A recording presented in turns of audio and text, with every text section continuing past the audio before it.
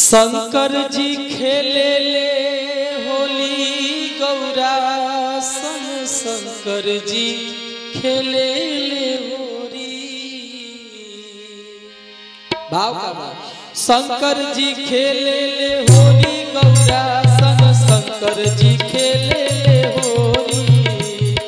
शंकर जी खेले ले होली गौरा संग शंकर जी खेले ले होली।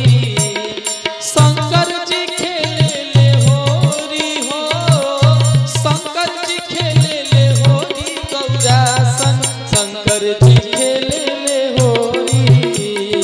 शंकर जी खेले ले होली गौरा संग शंकर जी खेले होली।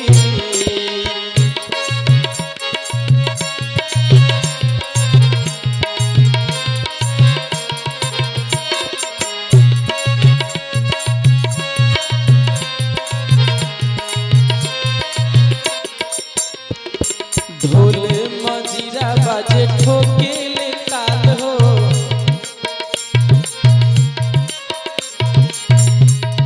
करे हुड़दंग सब भूत बये ताल हो।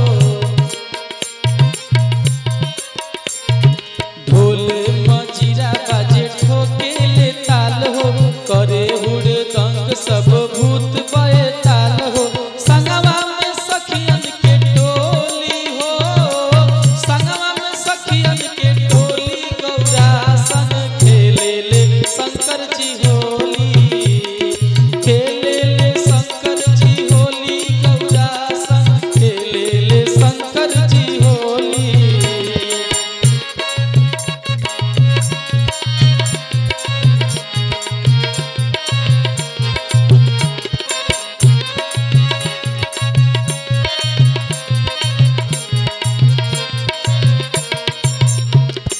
उड़ा